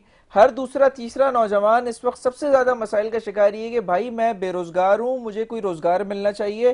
पाकिस्तान मरकजी मुस्लिम लीग ने अपना एक काम शुरू किया, उसको हम रमजान ईद के बाद और एक्सपेंड करने जा रहे हैं। अभी बात हो रही थी ब्रेक से पहले रोजगार सहूलत प्रोग्राम की, 1050 खानदानों को रोजगार दे दिए गए। अभी तक हम सिर्फ ये थे कि जी रक्शे, बाइक, गाड़ियां, ये सारी चीजें जिस तरह की चीज मौजूद है जो किसी का रोजगार स्टार्ट कर सके, हम अभी तक दे रहे थे। मैं सिर्फ एक छोटी सी मिसाल दूंगा। एक हमारी इसी शहर की बेटी हमारे पास आती हैं, वो कहती हैं कि भाई मेरे पास रोजगार करने के लिए कोई पैसे नहीं है, मैं अकेले अपने घर का चूल्हा जलाती हूँ, मुझे बताएं मेरे 2 बच्चे हैं, मेरे शौहर इस दुनिया के अंदर नहीं है, मैंने क्या करना है। हमने उनको कहा कि जी आप क्या करना चाहती हैं, उन्होंने कहा जी मैं ब्यूटिशियन का आप मुझे कोई सेटअप लगवा दें, हम इंशाल्लाह कर सकते हैं। आप यकीन करें वो खातून जिसने कर्जे पर बिला सूद 10 महीने 8 महीने की इंस्टॉलमेंट पर हमसे एक सेटअप एक कुर्सी का डलवाया था, आज वो अल्हम्दुलिल्लाह अपने घर में 3 से 4 कुर्सियों का सेटअप चला रही हैं और एक पूरा पार्लर। अब दूसरी चीज क्या है, ईद के बाद हम क्या एक्सपेंड करने जा रहे हैं, हम इस शहर के अंदर आईटी इंक्यूबेशन सेंटर्स खोलने जा रहे हैं, जिसके तहत हम सैकड़ों नौजवानों को free of cost IT courses provide करेंगे और इंशाल्लाह उनको हैंड्स ऑन एक्सपीरियंस देकर हम दुनिया के उन नौजवानों के बराबर लाकर खड़ा करेंगे जो पाकिस्तान का कद दुनिया के अंदर बनवाएंगे। अच्छा खिजर भाई, मंसूर भाई, इन्होंने जैसे भी थोड़ी देर पहले कहा था कि लॉन्च में बैठ के एक एरिया ऐसा है, उस एरिया का खिजर भाई नाम आपने क्या बताया था? बाबा आइलैंड है। बिल्कुल, मैं खुद पर्सनली गया हूँ, इसमें कोई दो राय नहीं है। वहां का जो मंसूर भाई हाल है ना, वो मैं बोलता हूँ आप ऐसे जाएंगे आप बोलेंगे हम 50 साल पीछे आ गए। गैस की सहूलत नहीं, लकड़ियों पे आज तक खाना पक रहा है, ऐसे ही है। बिजली नहीं है, अपना वो समुंदर से उन्होंने गुजर बसर कर लिया। लेकिन ये आपने वाकई मैं आपको अप्रिशिएट करूंगा जो आप, अच्छा किसी भी पार्टी ने मैंने अभी तक नहीं देखा कि वहां जाके शहरी का इत्तेमाम किया हो, ये आपको अल्लाह इसका अजर देगा। और जो आप मंशूर लेके चले। इमरान शेख साहब की तरफ आते हैं। इमरान शेख साहब, आप भी हमारे टीम मेंबर हैं माशाल्लाह, और आपने ये सारी गुफ्तगू सुनी। 100 साल पहले डॉक्टर मोहम्मद अल्लामा इकबाल इस बात की तकरार कर रहे हैं, बहस कर रहे हैं, ये नुक्ता समझाने की कोशिश कर रहे हैं कि ज़माने के अंदाज बदले गए, नया राग है साज बदले गए, खिरद को गुलामी से आज़ाद कर, जवानों को पीरों का उस्ताद कर।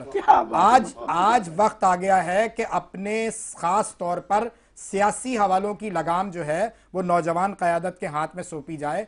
कैसे देखते हैं आने वाले वक्तों में कैसे इस सारे मामले को बेहतर किया जा सकता है? अस्सलाम वालेकुम।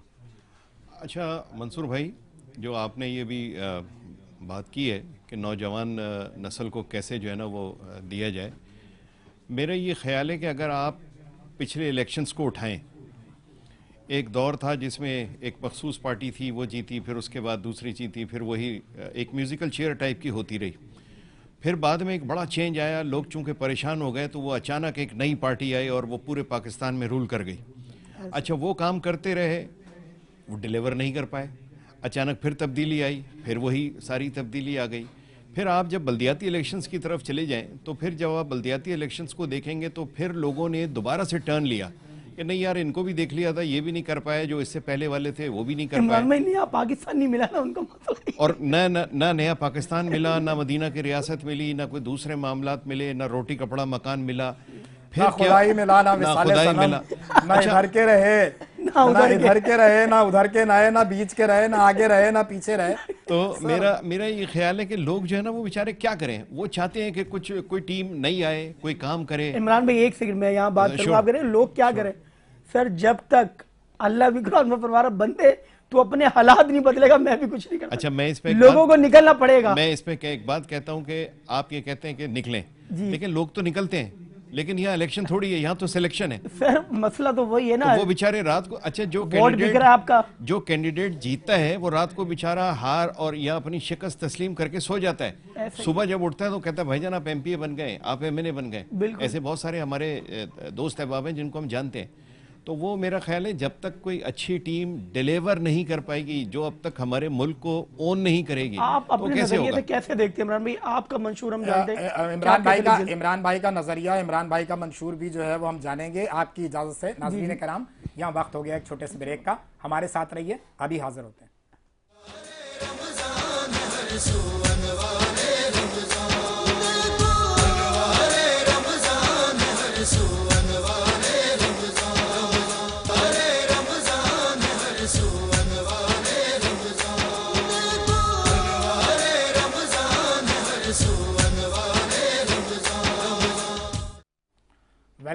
वेलकम बैक नाजरीन, ब्रेक से वापस आ गए हैं और हमें ज्वाइन किया है ख़तीब अहले बैत सैयद कुमैल मेहंदी शिराजी ने। अस्सलामु अलैकुम। अल्लामा साहब, आपकी मौजूदगी का फ़ायदा उठा लें। गुफ्तगू का मौजू जो है वो इस वक्त है, जो शहर के हालात हैं उसमें कराची वाले बहुत सफ़र कर रहे हैं। आप पूरी दुनिया में अल्हम्दुलिल्लाह जाते हैं और आपने पूरी दुनिया का बगौर मुताला किया होगा मुख्तलिफ बड़े शहरों का। कराची वाकई सफ़र कर रहा है? औज़ुबिल्लाहिस्समीउल बिस्मिल्लाहिर्रहमानिर्रहीम। शुरू करता हूँ रब किरदगार के नाम से और मेरा सलाम उन ज़वात मुक़द्दसा पर कि जो वजह तख्लीक़ कायनात हैं। देखिए, मौजू आपने बहुत अच्छा चुना है और यकीनन इस पे बात होनी चाहिए, और क्योंकि मेरे ख़्याल में ये चैनल भी कराची का नुमाइंदा चैनल है तो ज़रूरी है कि कराची के मसाइल की बात हो इस चैनल से। और फिर आप ये देखिए कि ख़ुद कराची के अफराद, आप किसी वक्त भी, यानी अगर आप किसी भी शाहराह पर हों और अफ्तार का वक्त हो जाए तो जैसी यहाँ पर एक सिलसिला है और एक मोहब्बत है लोगों की आपस में, वो आपको किसी और शहर में नहीं मिलती। इसी तरीके से मजहबी हवाले से, क्योंकि वो मिसरा बहुत अच्छा है कि ऐसे तो कोई तर्क सुकूनत नहीं करता, ऐसे तो कोई तर्क सुकूनत नहीं करता, हिजरत वही करता है जो बैअत नहीं करता। तो देखिए ना, यहाँ पर ज़्यादा तादाद उन अफराद की है कि जो दीन इस्लाम की खातिर हिजरत करके आए। तो फिर वैसा ही नजरिया उनके अंदर रचा बसा है कि जब उनकी औलादें आई हैं तो वो उसी तरीके से इस्लाम पर कारबंद है। पाकिस्तान का मतलब क्या? ला इलाहा इल्लल्लाह, यही नारा तो अट्रैक्टिव था, बिल्कुल इसी नारे इसी नारे पर आए ना, जो पूरा हिंदुस्तान को उजाड़ के जो है वो कराची को आबाद जी। किया तो अब गया। आप मुझे जरा बताइए, दिल पे हाथ रख के बताइए कि कराची के अंदर जो अफराद बसते हैं, जो मुहाजिरीन बसते हैं, क्या उन्होंने मुश्किलें उठाई हैं? पूरे पाकिस्तान के जितने अफराद उन्होंने मुश्किलें उठाई, उन्होंने वो मुश्किलें नहीं उठाई यकीनन जो कराची में आने वालों ने उठाई हैं। तो यकीनन कुर्बानी देने वालों का हक भी सबसे ज्यादा होता है, लेकिन बहुत जो है वो कहना पड़ता है कि जो है कराची को वो हक नहीं दिया जा रहा। कराची को जो जितना रिवेन्यू कराची जनरेट करता है, कराची को उसका वो हक नहीं दिया जा रहा, और ये हमारी सबसे बड़ी मुसीबत है इस वक्त पाकिस्तान। अच्छा, ये वो लड़ाई जो है, जो अगर हम पीछे चले जाएं तो हमारी तो गुफ्तगू करबला से ही शुरू होती है ना। फिर उसके बाद दो हवाले बन गए थे, जालिम और मजलूम का। बिल्कुल। तो वो आज तक वही सूरत हाल बरकरार है हज़रत साहब क्या? जी बिल्कुल। और देखिए ना, इसमें तो इमाम अली अलैहिस्सलाम ने अपनी वसीयत में बड़ा सीधा ज़ाब्ता दे दिया कि मौला ने इमाम हसन और हुसैन को जब वसीयत की तो फरमाया कि कूना लिज़ालिम खस्मन व लिल मज़लूम होना। बेटा हसन और हुसैन हमेशा जालिम के मुखालिफ रहना है और मजलूम का साथ देना है। यानी इसके अंदर रंगो नस्ल की कैद नहीं है, मजहब की कैद नहीं है, फ़िरके की कैद नहीं है, बल्कि इमाम कह रहे हैं कि जो भी मजलूम हो उसका तुम्हें साथ देना है और जो भी जालिम हो उसके खिलाफ खड़े होना है। आप कतई कलामी माजरत, मैं चूंकि ये बहुत आपने अहम बात छेड़ दी है, मैं चाहूंगा कि अमीरुल मोमिनीन हजरत अली करमल्लाहु वजहुल करीम की ये वसीहत जो वो अपने शहजादों को कर रहे हैं, थोड़ा सा जरा मैं चाहूंगा इसका कैनवस को थोड़ा ब्रॉड कर लें ताकि सुनने वाले आज भी उसको फॉलो करने की पोजीशन में आ जाएं कि ये उस दिन के लिए नहीं थी, उस वक्त के लिए नहीं थी, उस असर के लिए नहीं थी, उस जमाने के लिए नहीं थी, ये आज तक जो है वो काबिल अमल है। हमारे यहाँ यही तो एक मुसीबत है ना, हमारे यहाँ बहुत सारी चीज़ों को सिर्फ उस वक्त के साथ और उस ज़माने के साथ जो है मुख्तस किया जाता है, लेकिन हालांकि ऐसा नहीं है।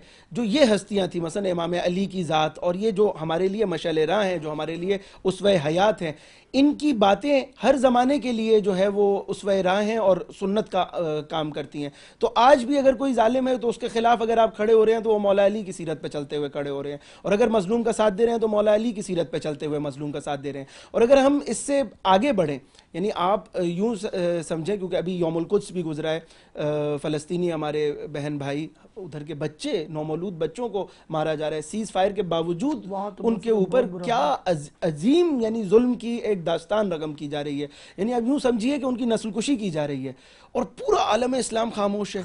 यानी ये देखें, इकाई जो है ना वो शहर से इब्तिदा होती है, जुल्म की घर से इब्तिदा होती है, और वो चल के ऐसे आलमी हालात में जो है आप देखेंगे इस वक्त कोई भी नहीं बोल रहा। साहब मैं कतई कलामी की माजरत एक दफा फिर चाहूंगा, मसला जो है कहीं आप महसूस नहीं करते हैं, मैं ये बात बाद में खिज़र जो हमारे मरकजी मुस्लिम लीग के सीनियर रहनुमा इनसे भी जानना चाहूंगा कि 100 साल पहले अमेरिका नहीं था, इंतहाई अदब और माजरत के साथ 100 साल पहले अमेरिका नहीं था कि वो आपको जो है डिक्टेट कराता, आप पे चीजें इम्पोज करता। उस वक्त भी अल्लामा इकबाल ये रोना रोते आए हैं कि मनफियत एक है इस कौम की, नुकसान भी एक ही, सबका नबी, दीन भी, ईमान भी एक, हरम पाक भी, अल्लाह भी, कुरान भी एक। कुछ बड़ी बात थी होते जो मुसलमान भी एक। 100 साल, 125 साल, 150 साल का रोना है जी। और इसमें सबसे बड़ी मैं आपको बताता हूँ जो सबसे बड़ी मुश्किल पेश आती है मुसलमानों में, जो सबसे बड़ी मुश्किल पेश आती है वो ये है कि या बिक जाते हैं या डर जाते हैं। ऐसे ही है। देखें ये दो राय जी जी जी इन दो रास्तों के अलावा या तो कोई पैसे से खरीद लेता है, और आप तारीख उठा के देखें, तारीख हमारे लिए इबरत है, कुरान से हमें, कुरान के आयत से भी वो जो डॉलर जी जी जी कभी रियाल पे और कभी डॉलर, कहीं महफिल सजी हुई थी, किसी ने पूछा सबसे बड़ी सुपर पावर दुनिया का कौन सा मुल्क कंट्री है, किसी ने अपनी अपनी राय दी, अमेरिका सुपर पावर फलाना फलाना, उन्होंने बोला नहीं पाकिस्तान। बोला कैसे? बोला 1947 से जब वजूद में आया 77 ईयर्स हो गए, आज तक इसका कोई पुरसाने हाल नहीं है, जो भी आया है हुक्मरान उसको खा रहा है, पाकिस्तान खत्म नहीं हुआ, अल्लाह का खास इसके ऊपर करम है।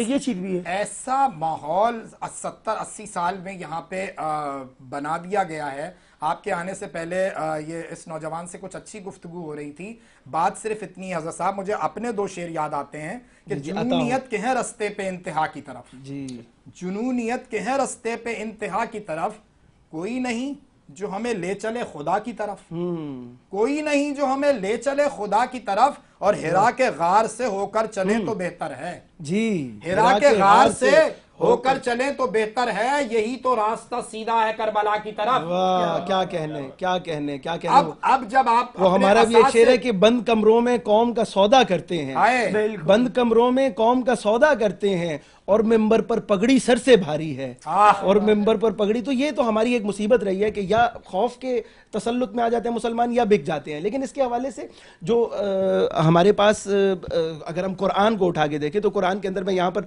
चाहूँगा कि नाजरीन भी सुने, बहुत अच्छी 2 मिसालें मैं कुरान से आपके सामने पेश करना चाहूँगा इसी पैराए में कि हमने जालिम के खिलाफ रहना है और मजलूम का साथ देना है। अच्छा, ये कैसे होगा? या हम बिक सकते हैं या हमें खौफ लाक हो सकता है। कुरान इस बारे में क्या कहता है? जब आप सूरह कहफ उठाएंगे तो वो चंद मुट्ठी भर अफराद थे ना जिन्होंने क़याम किया, किसके खिलाफ? खुदा के लिए, खुदा के लिए क़याम किया। उनके बारे में खुदा क्या कहता है, यानी उनको खुदा कैसा देखता है? तो जब हम कुरान में देखते हैं ना तो उनके लिए लफ्ज़, यानी सूरह कहफ की मेरे ख्याल में 4वीं या 5वीं आयत है, उसमें खुदा जो लफ्ज़ इस्तेमाल करता है वो फितिया का लफ्ज़ इस्तेमाल करता है। अरबी में इसका क्या मतलब है? जवान का, जवान।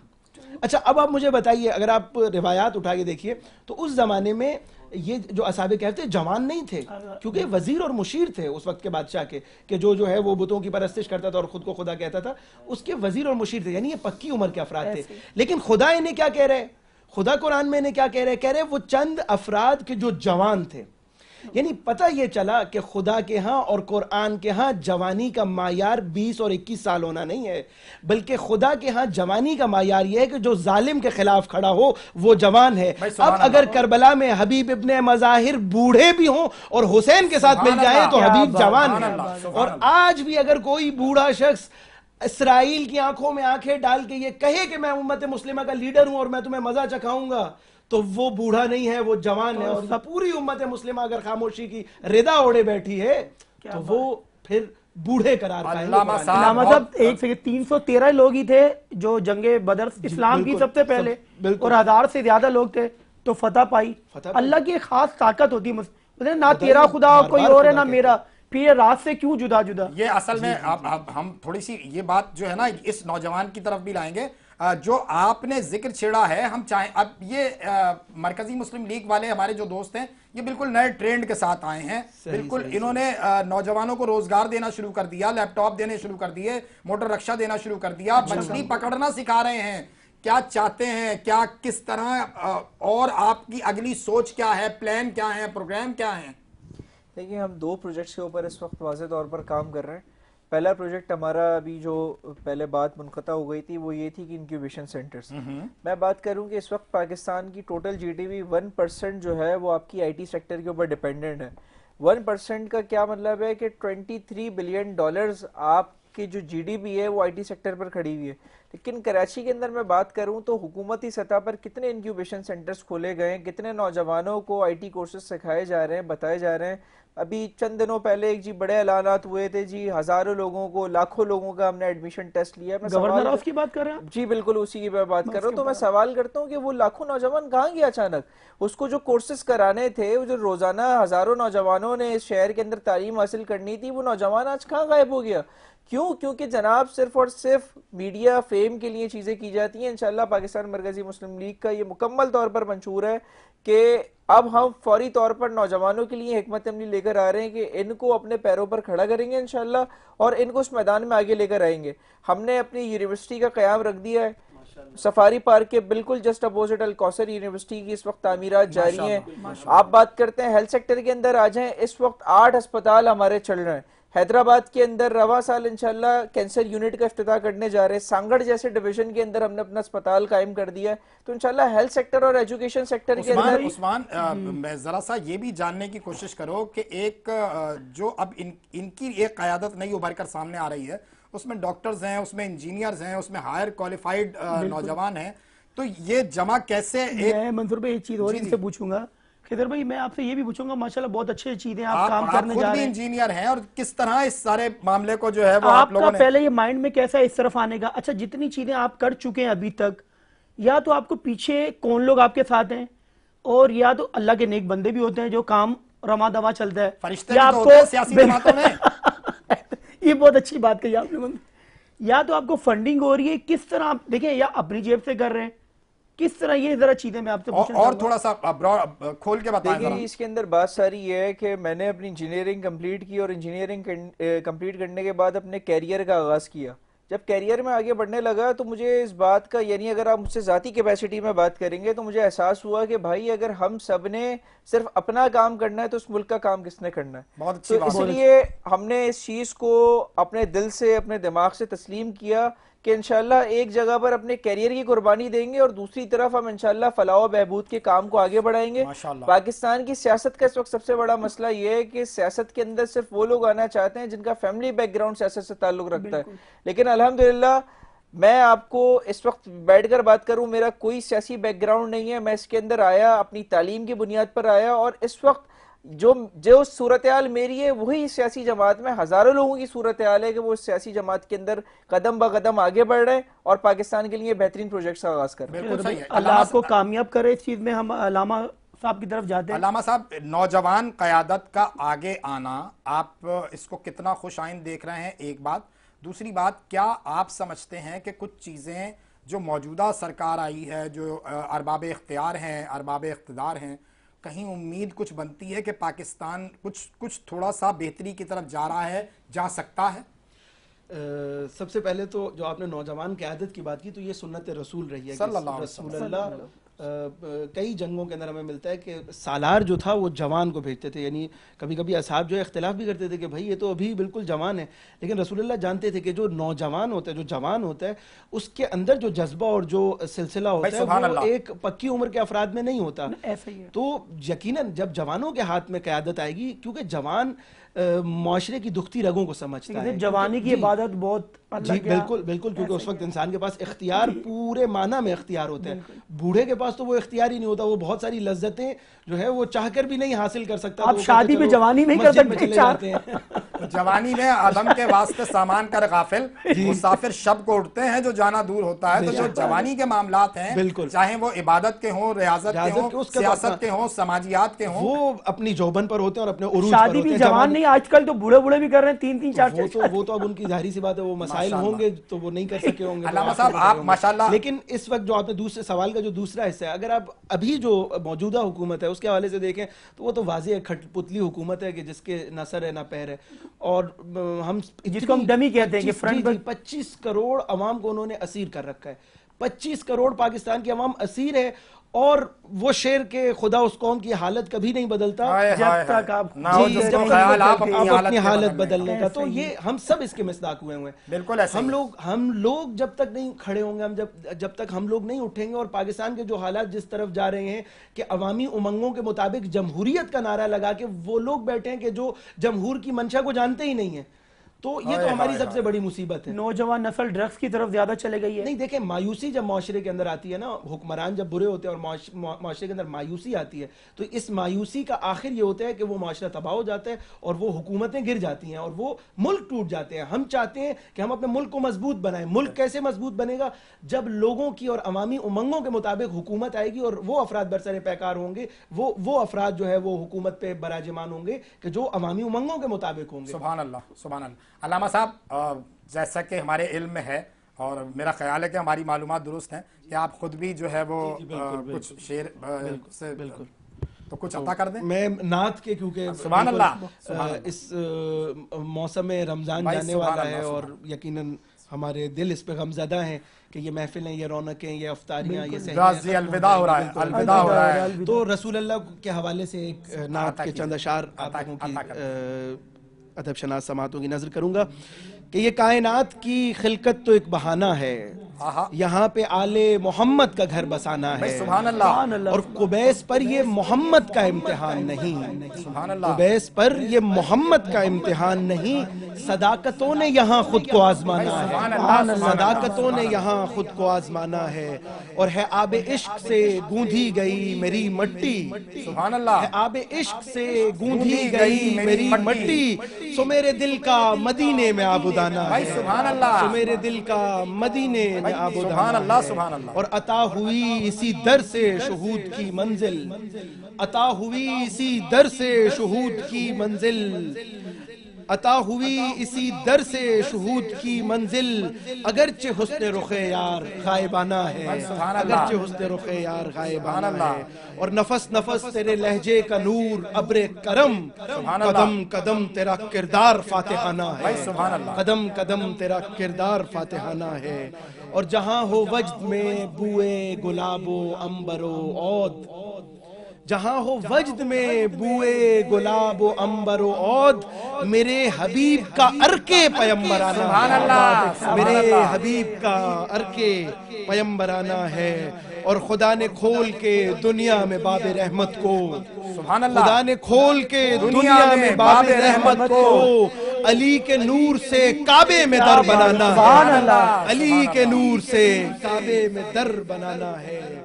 और जो कोहे तूर पे हद्दे अदब तमाम हुई, जो कोहे तूर पे हद्दे अदब तमाम हुई, भाई सुभान अल्लाह, क्या अच्छा मिसाल है। वहां से आगे मोहम्मद का आना जाना, सुभान अल्लाह, सुभान अल्लाह, मोहम्मद सल्लल्लाहु अलैहि वसल्लम। और जवारे इश्क में वीरान कब्र बेसाया, जन्नतुल बकी के हवाले से कि जवारे इश्क में वीरान कब्र बेसाया, खयानतों का ये दस्तूर बागियाना है।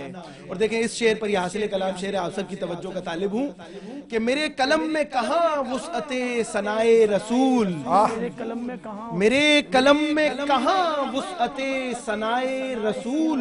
अरे जहां मिजाजे मशीयत भी आशिकाना है, जहां मिजाजे मशीयत भी आशिकाना है, सुभान अल्लाह, जहां मिजाजे मशीयत भी आशिकाना है। कराम, यहाँ वक्त हो गया एक छोटे से ब्रेक का, हमारे साथ रहिए, अभी हाजिर होते हैं।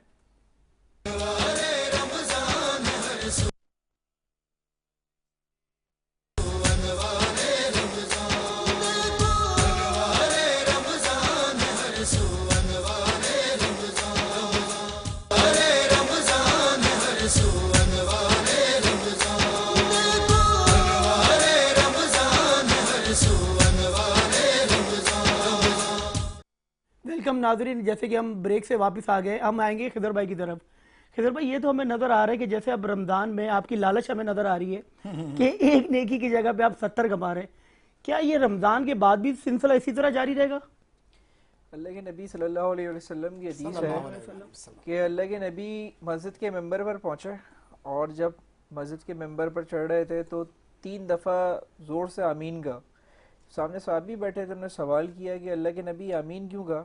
तो अल्लाह के नबी ने फरमाया कि मेरे पास हज़रत जब्राइल आए और हज़रत जब्राइल ने पहली दफ़ा मुझसे मेरी 3 दुआएं की। पहली दुआ ये थी कि अल्लाह के नबी जिसने आप पर दुरूद नहीं भेजा अल्लाह उसको तबाह कर दे, तो अल्लाह के नबी ने आमीन कहा।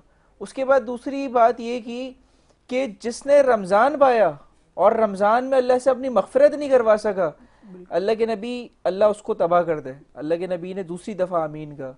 उसके बाद तीसरी बात ये की कि जिसने अपने माँ बाप को बुढ़ापे में पाया और उनकी खिदमत नहीं की, अल्लाह उसको तबाह व बर्बाद कर दे, अल्लाह के नबी ने आमीन कहा।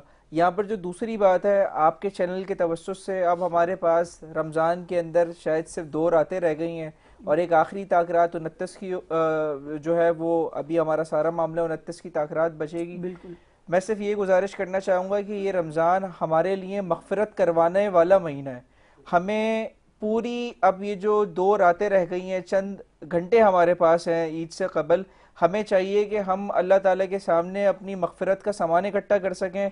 पाकिस्तान मरकज़ी मुस्लिम लीग का जो मंशूर है वो मंशूर ये है कि हमारी सियासत खिदमत इंसानियत, तो इंशाअल्लाह सिर्फ ये चीज़ ईद तक मौजूद नहीं है बल्कि ईद से बाहर निकल कर हम पूरे साल सिर्फ और सिर्फ यही चाहते हैं कि आवाम की खिदमत हो सके और मुसलसल इंशाअल्लाह आप हमारे प्रोजेक्ट्स देखेंगे। खिदर भाई, जैसे कि टाइम भी कम है और जैसे कि नाज़रीन हम ये चाय भी पी रहे हैं और आखिरी 5 मिनट रह गए सहरी बंद होने में, तो खिदर भाई को अल्लाह ऐसी कायम और दायम रखे।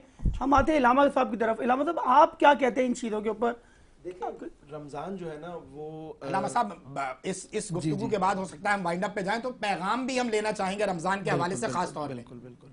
देखिए, रमज़ान के हवाले से जब हम बात करते हैं तो रमज़ान जो है एक मुश्किल हमारे यहाँ ये पेश आती है कि हम समझते हैं कि बस रमज़ान में अच्छे बनकर रहना है और बाकी 11 महीने छोड़ देने हैं। हालांकि खुदा क्या चाहता है, खुदा ने ये ट्रेनिंग सेंटर बनाया, खुदा ने आपकी वर्कशॉप बनाई है कि आप इन 30 दिनों को उन 11 महीनों के लिए इस्तेमाल करें, यानी आप यहाँ पर ऐसी ट्रेनिंग करें इन 30 दिनों में कि आप बाकी 11 महीने अच्छे से गुजारें। तो हमारे यहाँ ये बड़ी मुसीबत है कि जब ही ईद का चांद नज़र आया तो वो सारी इबादतें, वो सारी रियाजतें, वो सब खाक हो गई और जो है एक नई जिंदगी। यहाँ पे इलामा साहब तलक मैं चाहूँगा, अमेरिका में गौरव ने भी ये कहा था यहूदियों ने कि हमें मुसलमानों से डर नहीं है।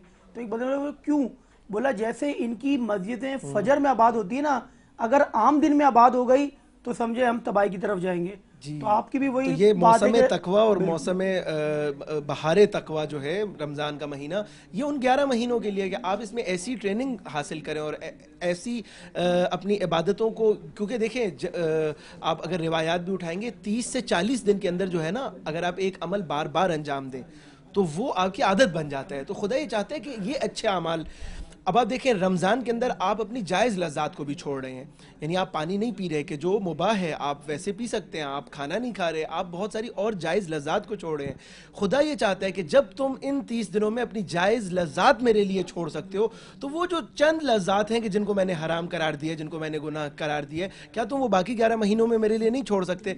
यानी ये एक तरीका है आपको समझाने का, आपकी ट्रेनिंग करने का। तो इन 30 दिनों से ताकत हासिल करके हमने बाकी 11 महीनों में इस ताकत को इस्तेमाल करना है। दूसरा जो अभी हमारे भाई ने भी बहुत अच्छी बात की मगफिरत के हवाले से, और यकीनन ये माह जो है और ताक रात की जहाँ पर बात हो तो इमाम बाकिर से रिवायत है कि वो रसूल अल्लाह की हदीस यूँ नकल करते हैं कि वो कहते हैं कि ये जो ताक रात होती है ये साल का पहला दिन करार पाती है, यानी यहाँ से साल की इब्तिदा होती है, एक मोमिन के साल की इब्तिदा यहाँ से होती है। यानी क्या मतलब, क्या हुआ? मतलब ये हुआ कि उसके जितने गुनाह होते हैं वो इस रात में देखे जाते हैं जो उसने पहले अंजाम दिए होते हैं, और नए अवामिर और नई कज़ाओ कद्र जो है वो अवामिर जो है लेकर अगले साल के, पूरे साल के जो अवामिर होते हैं वो इस साल से जो है उसकी इब्तिदा होती है। तो मगफिरत खुदा को बहुत, खुदा को देखें, खुदा चाहता है कि आपको माफ़ करे। खुदा ये नहीं चाहता कि आप गुनाह की दलदल में फंसे और फिर वो जो है आपको जहन्नुम में डाले। नहीं, खुदा मेहरबान है, खुदा करीम है। खुदा चाहता है कि आपको माफ करे। माफ करने के खुदा बहाने ढूंढता है और वो चाहता है। देखिए हम तो गुनहगार है ना, हम तो खाकी इंसान है, हमारी तो जात के अंदर गुनाह है, तो गुनाह तो करेंगे। तो खुदा ने हमारे लिए ये रास्ता जो तौबा का खोला है ना, खुदा को ये अदा बहुत पसंद है अपने बंदे की कि वो खुदा की बारगाह में आके गिड़गिड़ाए, खुदा से तौबा और इस्तगफार करे। खुदा को ये अदा पसंद है, इसलिए खुदा चाहते हैं कि अगर तुमसे गुनाह हो गया है और तुम नादिम हो तो तुम मेरी बारगाह में आओ। ये 30 दिन अगर आप खुदा की बारगाह में सही माना में पेश हो जाएं, बड़ा खूबसूरत, क्योंकि अभी बात चल रही है तो वो वाकया मेरे जहन में आ गया है कि एक नबी देख रहे थे, एक बाप बेटा जा रहे थे सहरा से, तो नबी ने देखा कि वो जब जा रहे थे तो खुदाबंद आलम की तरफ से नबी पर वही हुई कि देखो ये जो शख्स जा रहा है ना, ये शख्स, ये दुनिया के अंदर मैं इससे सबसे ज्यादा नफरत करता हूँ। नबी परेशान हुए कि खुदा इससे सबसे ज्यादा नफरत, सबसे ज्यादा गजबनाक इस शख्स पर है। अच्छा, थोड़ी देर बाद वो वहां से चला गया और जब थोड़ी देर के बाद वो लौटा तो अब नबी से मुखातब होकर खुदा की वही हुई कि ए नबी, इस शख्स से मैं सबसे ज्यादा दुनिया पे मोहब्बत करता हूँ। हैरान हुए, परेशान हुए नबी, कहा कि या खुदा ये क्या माजरा हुआ, अभी तो सबसे ज्यादा ऐसा शख्स का कि तू जिस पे गजबनाक था, अब सबसे ज्यादा तू इससे मोहब्बत करता है। तो कहा जब ये जा रहा था ना तो इसका जो साथ बच्चा है उसने से सवाल किया कि बाबा ये सहरा जो हम देख रहे हैं, क्या इससे भी बड़ी कोई चीज़, क्या इससे भी मजबूत कोई चीज़ है? तो कहा देखो ये जो मट्टी के जर्रे होते हैं जब ये मिल जाते हैं ना तो ये पत्थर बन जाता है, पत्थर इससे ज़्यादा मजबूत होता है। फिर जब बच्चे ने पत्थर को देखा तो फिर सवाल किया कि बाबा इस पत्थर से भी ज़्यादा कोई मजबूत शय है? तो बाप ने पहाड़ की जानिब इशारा किया, कहा देखो ये पहाड़ इन पत्थरों से मिलकर बना है और ये इतना मजबूत है कि इससे ज़्यादा कोई और चीज़ मजबूत नहीं है। तो कहा कि बाबा क्या इस पहाड़ से भी बड़ी कोई शय है?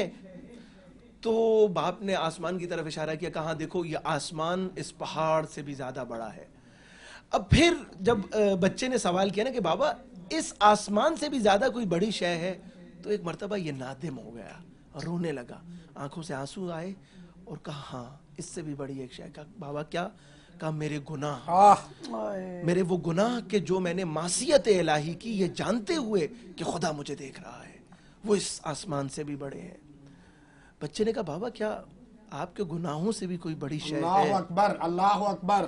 कहा हाँ बेटा, उससे भी बड़ी शय है, वो रहमत खुदा है कि जो मेरे गुनाहों से भी बड़ी है। सुभान अल्लाह। और जो ही इस शख्स ने ये कहा, एक मरतबा खुदा ने वो सारे गुनाह जो उसने सुभान किए थे, अल्लाह। वो बख्श दिए। यानी खुदा ये चाहता है कि आप नादिम होकर खुदा की बारगाह में आए, आप समझें कि आपने गुनाह किया है। वो बड़ा खूबसूरत एक आलिम दीन बयान करते हैं एक नुक्ता, वो कहते हैं कि देखें, आज की ज़िंदगी में अगर एक कैमरा लगा दिया जाए आपके ऊपर और आप अपनी पूरे दिन के आमाल उस कैमरे में देखें, तो आप मुझे बताएं कि क्या आप खुदा के सामने उसके बाद पेश हो सकेंगे या नहीं हो सकेंगे?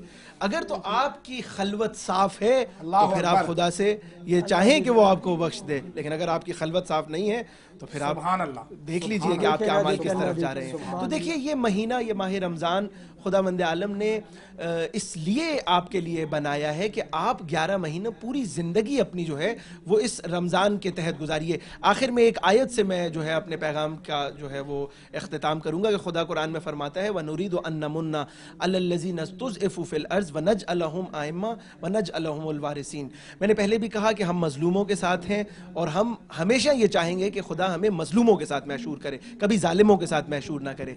खुदा ये नवीद सुना रहा है आज, क्योंकि कल यौमुल कुद्स भी गुजरा है और जुमातुल विदा भी था, मजलूमों का दिन था, तो खुदा ये नवीद सुना रहा है कि ये जो अफराद मुस्तज़फ़ हैं, इंशाअल्लाह वो दिन करीब है कि खुदा इनको पूरे आलम का वारिस बना देगा, वारिस बना देगा। जज़ाकल्लाह। नाज़रीन किराम, प्रोग्राम का वक्त ख़त्म हो गया है, सारी इख्तिताम तरफ है। इंशाअल्लाह मुलाकात होती है कल की सारी में। अल्लाह हाफ़िज़।